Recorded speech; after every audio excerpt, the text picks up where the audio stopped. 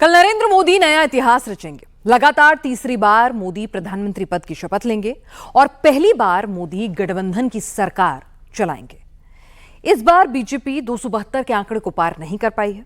BJP को सबसे बड़ा झटका यूपी से लगा है। नुकसान सीधे सीधे 29 सीटों का हुआ है। बीजेपी के सामने इस वक्त सबसे बड़ी चुनौती अखिलेश के जातीय समीकरण को तोड़ने की है। बीजेपी ने इसका काउंटर प्लान रेडी कर लिया है और मोदी 3.0 के लिए बीजेपी बहुत सावधानी के साथ मंत्री सेलेक्ट कर रही है। यूपी से किस किस का नाम सेलेक्ट हुआ और किस जाति के कितने मंत्री बनेंगे, कास्ट कॉम्बिनेशन मोदी 3.0 में क्या रहने वाला है यूपी से दिल्ली टू लखनऊ, आज क्या क्या हुआ, पूरी डिटेल इस रिपोर्ट से समझिए। दिल्ली में मोदी 3.0 को लेकर मंथन, लखनऊ में योगी के मंत्रिमंडल की बैठक, बीजेपी कैंप में दिल्ली टू लखनऊ एक्शन हो रहा है। दोनों बैठक का एजेंडा एक ही है, यूपी के जाति समीकरण को सेट करना है। दिल्ली में मोदी के मंत्रिमंडल में यूपी के सांसदों का जातीय कॉम्बिनेशन बनाना है, तो वहीं लखनऊ में बीजेपी हार की समीक्षा और आगे का रोड मैप बना रही है। यूपी के जाति का गुणा भाग कर रही है। यूपी के चुनाव में इस बार जाति का जोर दिखा है। अगर यूपी में जातियों की बात करें तो अगड़ा पिछड़ा और दलित मिला दें तो यूपी में 250 से ज्यादा जातियां हैं। यूपी में सवर्ण 19% है। इसमें ब्राह्मण 10%, राजपूत 5%, वैश्य 2%, भूमिहार 2% और अन्य जातियां शामिल हैं। यूपी में 40% ओबीसी वोटर्स हैं। इनमें 10% यादव, कुर्मी 5%, मौर्य 5%, जाट 4%, राजभर 4%, लोधी 3%, गुर्जर 2%, निषाद, केवट, मल्लाह 4% और अन्य 6% जातियां शामिल हैं। इसके अलावा दलित 21% हैं। इसमें जाटव 11%, पासी 3.5%, कोरी 1%, धोबी 1%, खटीक, धनगर, वाल्मीकि और अन्य मिलाकर 4.5% जातियां हैं। यूपी का चुनाव इस जाति के कैलकुलेशन पर हुआ है। अखिलेश ने जातियों को ध्यान में रखकर टिकट बांटा, जबकि बीजेपी ने सवर्णों पर ज्यादा भरोसा जताया। बीजेपी को यही डेंट लगा। अगर बीजेपी की बात करें तो यूपी में बीजेपी ने 33 सवर्णों को टिकट दिया, सिर्फ 15 ही चुनाव जीत पाए, 18 नेता चुनाव हार गए। बीजेपी ने 26 ओबीसी को टिकट दिया, 10 चुनाव जीते, 16 चुनाव हार गए। अगर SC/ST की बात करें तो 16 को टिकट दिया, 7 चुनाव हार गए। यूपी में जीत का सबसे बड़ा गारंटी ओबीसी है। ओबीसी जिसकी तरफ होता है, सीटें उसी की बढ़ती है। इस चुनाव में भी यही हुआ है।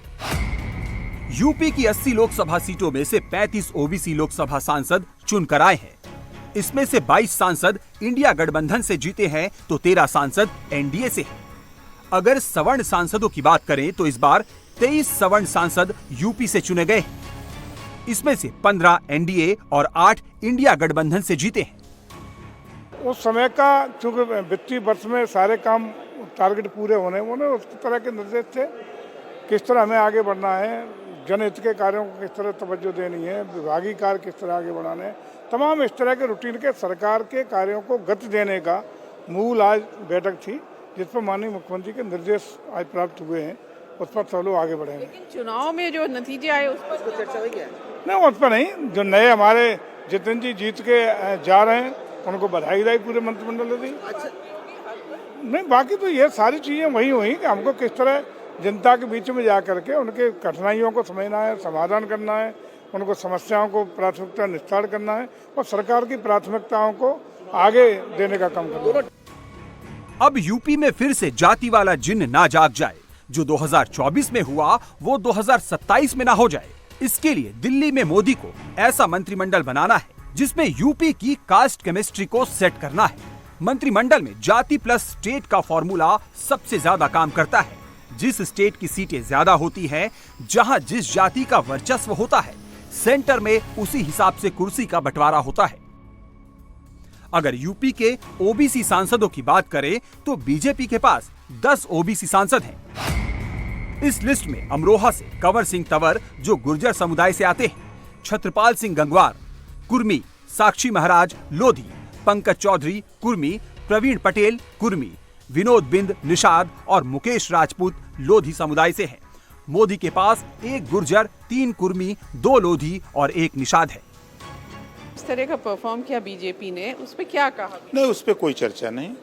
आगे 3 महीने तक चुनाव में सब लोग थे, सभी मंत्री आगे अपने अपने विभाग को बेहतर करने के लिए कुछ सुझाव उन्होंने दिया है कि उसको कैसे बेहतर कर सकते हैं, वही और कोई बात नहीं। लेकिन हर जगह तो बात हो रही है कि क्यों हार गई, तो मीटिंग में नहीं, वो देखिए, पहला जो लक्ष्य था एनडीए गठबंधन का लक्ष्य, तीसरी बार माननीय नरेंद्र मोदी जी को प्रधानमंत्री बनाना, वो लक्ष्य की प्राप्ति हुई, उसमें तो कोई शंका नहीं है। तो जो लक्ष्य था वो लक्ष्य प्राप्त हुआ है। लेकिन मोदी के पास राजभर जाति से कोई नहीं है। मौर्य, कुशवाहा और शाक्य की कुर्सी भी खाली है। कुर्मी गैर यादव ओबीसी वोट बैंक की सबसे बड़ी जाति है। यहाँ मोदी को थोड़ी राहत है। मोदी के पास 3 कुर्मी सांसद हैं, लेकिन कुर्मी का नंबर भी अखिलेश के पास ज्यादा है। यूपी में कुर्मी समुदाय की आबादी 6% के करीब है, जबकि यादव समुदाय से आबादी 10% है। इसके बावजूद कुर्मी समुदाय से सबसे ज्यादा 11 सांसद चुने गए, तो यादव समुदाय से 5। ये जीत हमारे समाजवादी साथियों की है। ये जीत हमारे नेता आदरणीय अखिलेश यादव जी की शानदार रणनीति की है। यादवों की सारी सीट अखिलेश के पास है।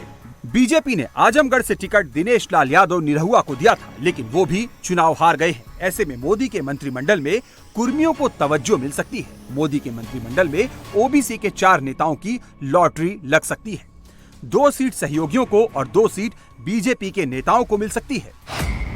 जयंत चौधरी राज्यसभा सांसद हैं। अनुप्रिया पटेल कुर्मी नेता है। इसके अलावा मुकेश राजपूत और पंकज चौधरी को भी मोदी 3.0 में एंट्री मिल सकती है। जो यूपी में बीजेपी की परफॉर्मेंस रही, उसकी वजह क्या लगती है? देखिए, ये पार्टी मिल करके और सभी लोग इसको मिल करके हम लोग तय करेंगे, और जो कमियां हैं, क्योंकि एक बड़ा जनमत है ऐसा जो आज विरोधियों के पक्ष में गया है उत्तर प्रदेश में, हम सब लोग देख रहे हैं। पार्टी को इस पे हम सब लोगों को मिलकर काम करना है। मैं तो इतना ही कह सकता हूं कि जिस तरह से हमारा नेतृत्व हम सब लोगों को दिशा निर्देश देगा, हम सब लोग मिल करके इस पे काम करेंगे, और पार्टी के सिपाही होने के नाते हम पार्टी को मजबूती देने का काम करेंगे। तो बाकी पूरे यूपी की बात होगी, लेकिन आपके पिताजी राजवीर सिंह जी भी चुनाव हार गए, तो वहाँ पर क्या हुआ ऐसा कि जो आपकी इतनी पुरानी सीट, कल्याण सिंह जी वहाँ से थे, राजवीर सिंह जी भी MP रहे, उनके हारने की क्या वजह? देखिए, जिस तरह से मैंने कहा, ऐसे तो बहुत सारी उत्तर प्रदेश में सीटें हैं जो कि हम सब लोगों ने कभी अपेक्षा नहीं की थी, और ख़ासतौर पर जैसे आप एटा की चर्चा कर रहे हैं, एटा में भी हम सब लोगों ने कभी इस तरह की सोचा नहीं था कि इस तरह का जनमत हम सब लोगों को मिलेगा। लेकिन हम सब लोगों ने मेहनत की है, चुनाव में जनता के बीच में रहे, जो भी जनता का मत है वो हम सब लोगों को आखिर में स्वीकार है। उत्तर प्रदेश की 80 लोकसभा सीट में से 17 लोकसभा सीटें रिजर्व है।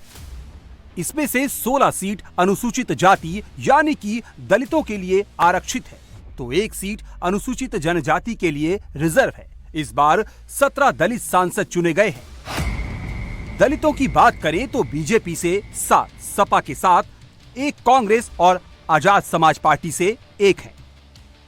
मैं समझती हूँ कि ये जो अगर तीसरा काल अगर शुरू हो रहा है, तो मैं समझती हूँ कि वो जो मूलभूत जो सुविधाएं लोगों को हुई हैं, और जिस तरह से बेरोजगारी चरम सीमा पे है, महंगाई का जहाँ सवाल है, जहाँ महिला के सुरक्षा का बहुत बड़ा सवाल है, जहाँ पे आप कार्यकर्ताओं पे तो FIR लिखा रहे हैं, लेकिन अगर लोग जो पीड़ित हैं, जो प्रताड़ित हैं, वो FIR लिखवाए जाते हैं तो उनकी FIR कहीं ना कहीं नहीं हो पा रही हैं। तो इन सब जो जनता के मुद्दे अगर उस पर ध्यान दिया जाएगा, तो मैं समझती हूँ कि जनता को भी सुविधा और सहूलियत पहुँचेगी, और भाजपा की भी जो इमेज जो बनेगी उसमें भी सुधार कहीं ना कहीं होगा। दलितों में इस बार पासी समुदाय ने सबसे बड़ा कमाल किया है। पासी वोट के कारण ही बीजेपी अयोध्या जैसी सीट गंवा गई है। अगर पासियों की बात करें तो बीजेपी से 3 पासी और सपा से 5 पासी सांसद बने हैं। गैर पासियों की बात करें तो बीजेपी से 4 और गैर पासी समुदाय से इंडी अलायंस के 3 सांसद बने हैं। नगीना सीट चंद्रशेखर को मिली है। मतलब ये कि बीजेपी के पास 7 दलित सांसद हैं। पासी समुदाय से बीजेपी के पास कमलेश पासवान हरदोई से, जयप्रकाश और मिश्रिक से अशोक कुमार रावत हैं, तो गैर पासी दलितों में बीजेपी के टिकट पर SP सिंह बघेल, अरुण कुमार सागर, अनूप प्रधान वाल्मीकि और बुलंदशहर से भोला सिंह है। भोला सिंह खटिक जाति से आते हैं। यूपी में दलितों की आबादी 22% है। यूपी के दलित समाज में 12% जाटव और 10% गैर जाटव हैं। ऐसे में यूपी के दलितों की आबादी को सेंटर में रखकर मोदी 3.0 में 2 कुर्सी दलितों को मिल सकती है। एसपी सिंह बघेल और डॉक्टर भोला सिंह को मौका मिल सकता है। यूपी में सवर्णों की आबादी 19% है। सवर्णों को बीजेपी का सपोर्टर माना जाता है, लेकिन इस चुनाव में बीजेपी की सवर्ण वाली कैलकुलेशन भी सटीक नहीं बैठी। सवर्ण वोटों का बड़ा हिस्सा अखिलेश की पार्टी को मिला। नतीजा, बीजेपी का नंबर कम हो गया और अखिलेश की सीटें बढ़ गई। सवर्णों में ब्राह्मण, राजपूत, भूमिहार और वैश्य जैसी जातियां आती हैं। अगर सवर्णों की बात करें तो सवर्णों में ब्राह्मण समाज से सबसे ज्यादा जीते हैं। बीजेपी से 8 ब्राह्मण सांसद चुने गए हैं और सपा से 1। अगर ठाकुर की बात करें तो ठाकुर समुदाय से 7 सांसद चुनकर आए हैं। बीजेपी से 5 और 2 सपा से चुने गए हैं। भूमिहार समुदाय से सपा के राजीव राय घोसी से सांसद बने हैं। वैश्य समुदाय से 3 लोकसभा सांसद जीते हैं। इसमें बीजेपी की टिकट पर मेरठ से अरुण गोविल, गाजियाबाद से अतुल गर्ग और सपा की टिकट पर मुरादाबाद से रुचि वीरा जीती है। मतलब सवर्ण में भी भूमिहार जाति का कोई सांसद मोदी के पास यूपी में नहीं है। ऐसे में मोदी के मंत्रिमंडल में 1 ठाकुर और 1 ब्राह्मण नेता को जगह मिल सकती है।